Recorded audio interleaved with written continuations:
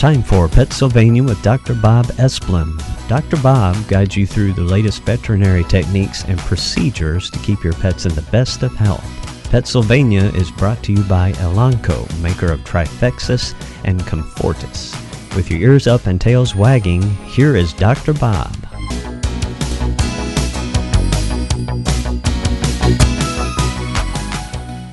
Good morning. It's really great to be here the Saturday before Christmas. So we'll say it now and then we'll say it again. But Merry Christmas to all my listeners. Of course, I'd like to thank Elanco, makers of Trifexis, Comfortis, Reconcile, and a variety of other veterinary products, for sponsoring a part of PetSylvania. And then, of course, I'm extremely proud of Sylvania Veterinary Hospital, as we call Sylvania Vet. We are a regional veterinary practice. We definitely think that it's worth the drive. Periodically, we've talked about our designation from the American Association of Feline Practitioners as a cat-friendly practice. And again, we're the only Northwest Ohio practice that is designated cat-friendly, and it's quite an honor to be a member, and it's quite an obligation that we have to be a member. We are currently a silver member, but we are going to, we've made a change in how we do one component of our cat care, and we're going to be, in the first of the year, we're going to become a gold member, which is the highest ranking. And that difference leads us into my first topic for tonight, and that is the difference between gold and silver for us was the fact that we made clinical decisions on cat as far as full mouth dental x-rays were concerned, and the cat-friendly practice requirements are that you do them on every cat. So recently we've been doing x-rays on every cat as a study. We now completely understand why taking x-rays on a cat's mouth before we do a dental is really important. It's amazing, much more so than dogs, how much pathology is hidden where we can't see it, up in the roots underneath the gums. And so we're going to be very proud to have morphed our practice from silver to gold, and we know that the quality of our dental care is going to have ramped up as well, and it'll be much better for your cat and much healthier for your cat. And all dental disease, but particularly dental disease in cats, is really painful for the animal. So knowing that we're doing a better job, doing what is now considered the standard of practice, and that is taking full mouth x-rays on every case. And that leads me to telling you I wish we were on TV here, Steve, because I have a new smile.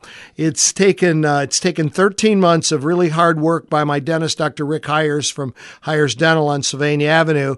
But I have a new bridge that's anchored with dental implants and then a crown. I have a healthier mouth than I've had in years because of the good hard work that Rick did, and so I just want to give him some props and thank him for doing such a great professional job. If any of you are looking for a good quality dentist, you couldn't go wrong going to Rick Hires, and just make sure you tell him that I sent you. One of the keys to good quality dental health is home care. For those of us that are two-legged, that involves regular brushing and flossing and doing, and getting in twice a year and having your teeth cleaned, and they're going to take x-rays looking for cavities. Fortunately, there aren't as many, but they seem to be coming back a little bit from what I hear talking with the doctors at Dr. Hires' office. I can't emphasize enough in cats that home care is equally important. And we're not going to ask you to brush their teeth twice a day, and we're not going to ask you to floss their teeth. But if you could get in the habit, starting with a kitten or working your way with your older cat to brushing their teeth once a day, you're going to maintain a much healthier mouth, and you're going to decrease the frequency that we have to do dental cleaning. So I want to really encourage you to start home care. Get your kitty used to it. Get yourself used to it. Get in the habit, because there aren't as many things for cats as there are for dogs. There's no chew toys for cats, and so there aren't many things that we can do beyond brushing that are going to help make for a healthy mouth.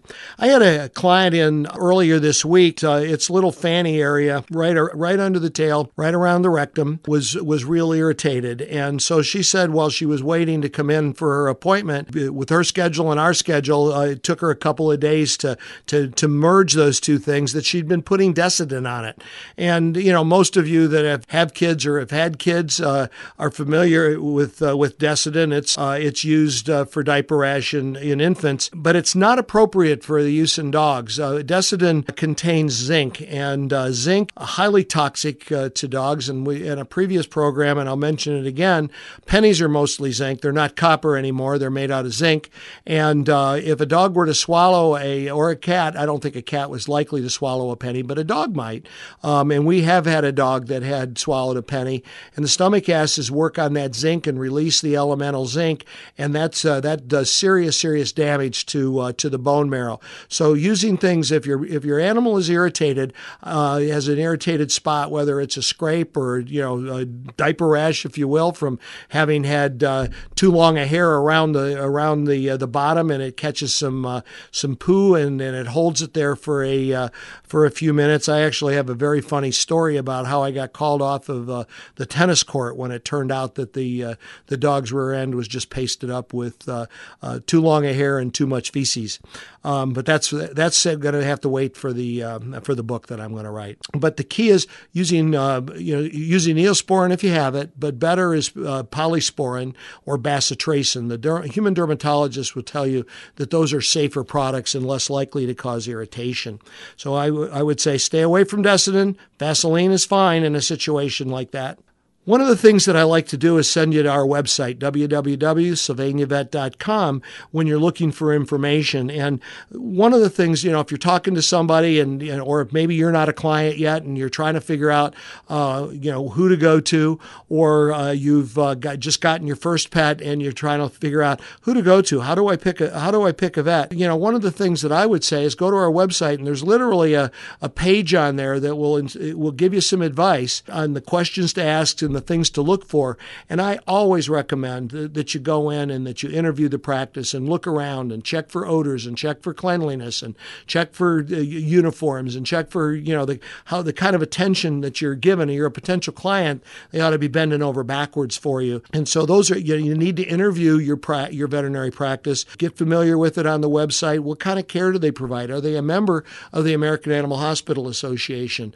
That's extremely critical, because only American Animal Hospital Association accredited facilities can you be sure that the highest standards of the profession are met. Go to the website, www.sylvaniavet.com, and look at the things that you should look for when you go. And talk to the doctor about how thorough are you. Do you approach things thoroughly, or do you like to just treat? That's a little harder question to ask and answer, and it may be best answered by asking friends who go to that practice. Do you think they're pretty thorough?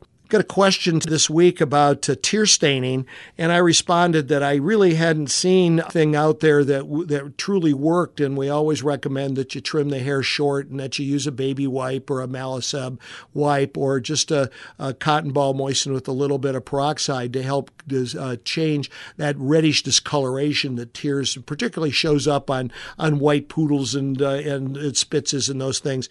But recently, there are some products out there that have been advertised on the internet, a product called Angel Eyes. That product is not considered a good idea. It contains an antibiotic called Tylan, and you run the risk of using it that way. You run the risk of creating a Tylan-resistant bacteria. So we don't like that idea.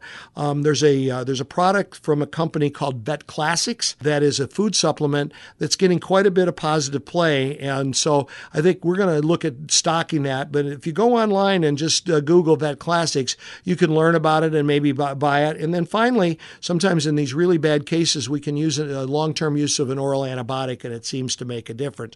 It's time to take a break.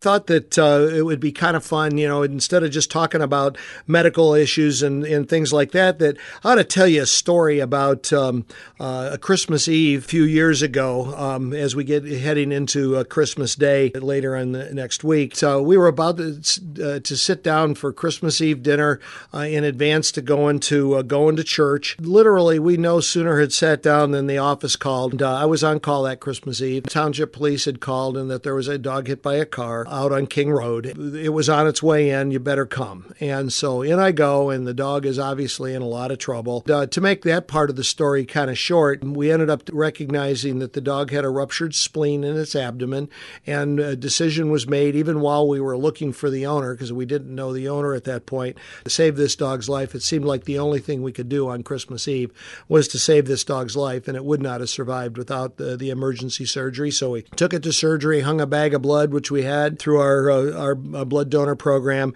and we did save the dog. All went well. So now, I've missed dinner. Everybody's left for church, and I truck home, and my dog and my son's dog that was there, they had helped themselves to my pork loin. So for that Christmas Eve, there was no pork loin left. They were satisfied. But I had a large bowl of scalloped potatoes. That was my Christmas Eve dinner. But I still felt pretty gratified because I had saved that dog's life. A lot of dogs this time of year have flaky skin, and sometimes they're itchy and many times they're not, but they have flaky skin.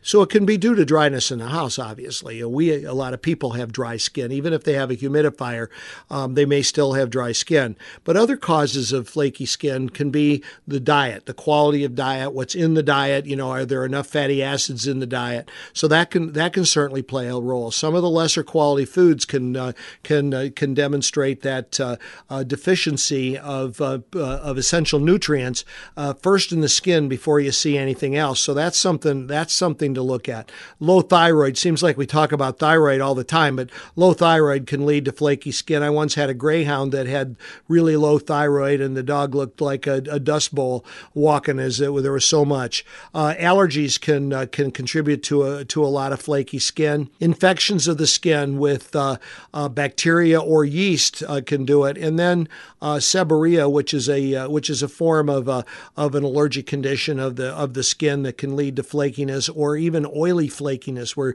the skin is hyper oily and there's a lot of odor associated with it because of the skin bacteria and the oil interacting, but they're greasy and flaky. What can you do about that? Well, initially, before you get involved into the diagnostics, watch what you're using for shampoo. Human shampoos tend to dry the skin a lot more than dog shampoos, so don't use human shampoo. Things like Johnson's baby shampoo are very drying to the skin. We use a Dawn dishwashing soap if we have a dog that gets into a lot of oil or greasiness or Vaseline or anything like that, because it really cuts it, but it will dry that skin out in a heartbeat. You can try adding olive oil or corn oil or any of the liquid polyunsaturated cooking oils to the food as a supplement to help flakiness, and it'll frequently help do that if the diet is deficient. Now, if the diet's not deficient, it's not going to have any benefit at all. And then you can use an emollient spray, and the product that we like is Humilac, and we mix it 50-50 with water, and then we spray the skin every 1 to 2 days and massage it in with our fingertips. We aren't scratching the skin, but we massage it in, and that can really make a difference, particularly if it's associated with dryness in the house. This week we viewed the video that TV13 has put together for us for the Get Connected component. They've asked us to be one of the 13 area professionals that are going to be part of TV13's Get Connected to the Professionals program, and we viewed the video. It's really great. So, keep an eye out for it. The other professionals on there are really great businesses as well, and they're all local, and as a result, you get that special care and attention, and it's always best to use local services, local professionals, local businesses.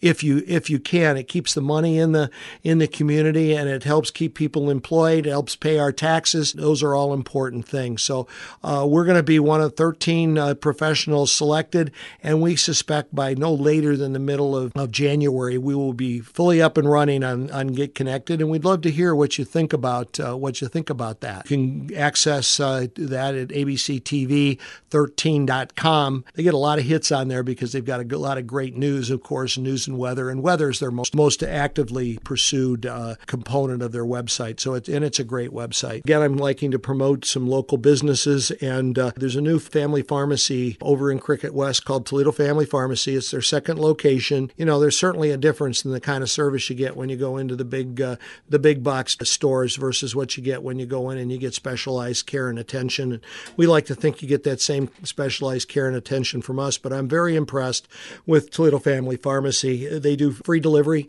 all over the city, so I think that that's something well worth knowing, that if you're down and out and you're living alone and you can't get out to get your medication, to know that somebody will deliver that for you is really pretty nice benefit. So, give Toledo Family Pharmacy a trial and see what you think. Puppy training classes have just wrapped up for the 2012, and we're going to be restarting those classes in January. So we're going to start with puppy development, and we're going to start with basic obedience classes. It's going to be Saturday, January 5th, which happens to be my birthday. And then on Tuesday, the 15th, another set of classes will begin, and they last 5 or 6 weeks. And there's not a dog, regardless of age, that won't benefit from attending these classes. So, in the winter when you're kind of trapped at home, that's a plus. You can come to class, but the other issue, of course, is it's a little harder to do your homework, and you need to do your homework because it's really you that's going to obedience school. So you got to learn, and then you got to practice, and then you got to work with your dog on a regular daily basis.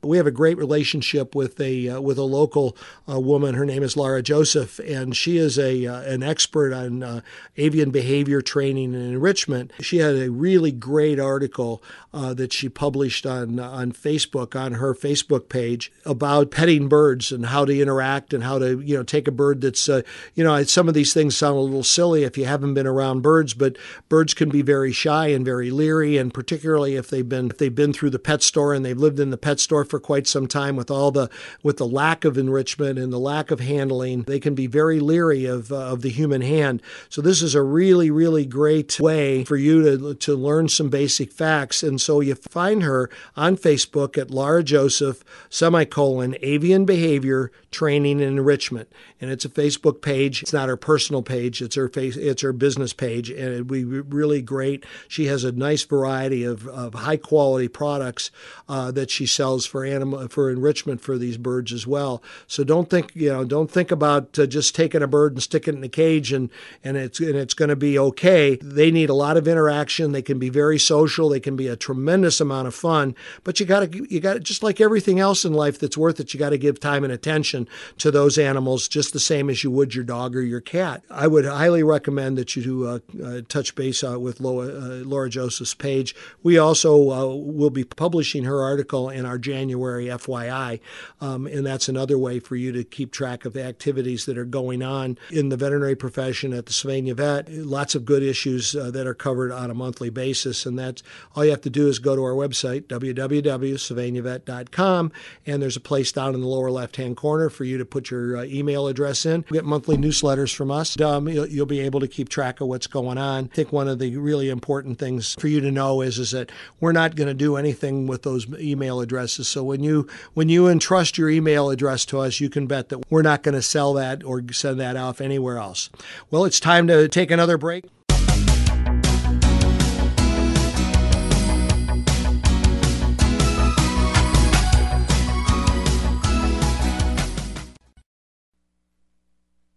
Well, we're back to wrap it up and to another great PetSylvania program. I'm hoping you're enjoying this. We certainly would like to have you send in questions, and because I really would like to be able to answer those on air. And so something for you to think about as we roll into Christmas week and then into New Year's week the following week. Be cautious with your pets, particularly your cats, with holiday wrappings, ribbons, strings, bows, the turkey strings. After you pull that turkey out of the oven and you take that string off, make sure it gets disposed of carefully and thoroughly in the garbage, because over the years we have had to go into surgery on a number of animals with Christmas ribbons and those strings that you use to truss up the roast beef or the turkey or whatever you're serving for Christmas, for the Christmas feast. So be cautious, be aware that these dogs and cats go out of their way to get into trouble if something seems extremely appetizing to them. As we roll into January, our first adopt-a-thon has been scheduled, and it's going to be Sunday, January 13th, from noon to 3 in the Learning Center at Sylvania Vet. So we want you to come and enjoy that. Hopefully you'll be looking for a forever home. Actually, right after the holidays is a great time to get that holiday pet rather than bringing it home with the Christmas tree up and all the activity that goes on in the traveling and the leaving home for extended periods of time around the holiday week and a half or so in there. Our holiday hours at Sylvania Vet, of course, we're always available for emergencies, and we're always staffed 24/7. Emergency care is a high priority for us, and we will be there for you for your emergencies. We charge you the same fees for emergency procedures that we do during an emergency as we would during the week. No upcharge on that, and there is an access fee of $65, but beyond that, all our fees are the regular fees, and they are far less expensive than any other emergency clinic that you'll ever experience. So that's something for you to think about. So we are closed on Christmas Eve, we are closed on Christmas Day, and we are closed on New Year's Day. We have a doctor that's going to be working every one of those days, and staff that will be in the hospital 24/7 taking care of all our boarders and all of the hospitalized patients that are there. 3 o'clock this Sunday and the following Sunday, we actually have an employee, Sarah Adams, who does a Zumba class. We're getting just slight increases in numbers attending Zumba, and we'd certainly invite you to come and do a Zumba class and give it a try. I haven't done it yet. My excuse is I have bad knees and a stiff back, so I don't think I can do Zumba. It's pretty pathetic to watch Dr. Bob dance. There's no doubt about that. I want to thank Elanco, of course, and I want to thank Sylvania Vet for sponsoring PetSylvania, and I wish everyone merriest of Christmases. Enjoy your family, enjoy your time off, and remember, there's only one greatest pet, and it lives in your home. You have been listening to PetSylvania with Dr. Bob Esplin on WSYLradio.com. PetSylvania is brought to you by Elanco, maker of Trifexis and Comfortis. Tune in every Saturday at 10 a.m. as Dr. Bob explains the latest in veterinary care and answers your questions. You can email your pet questions to requests@WSYLradio.com, and Dr. Bob will answer them on a future show.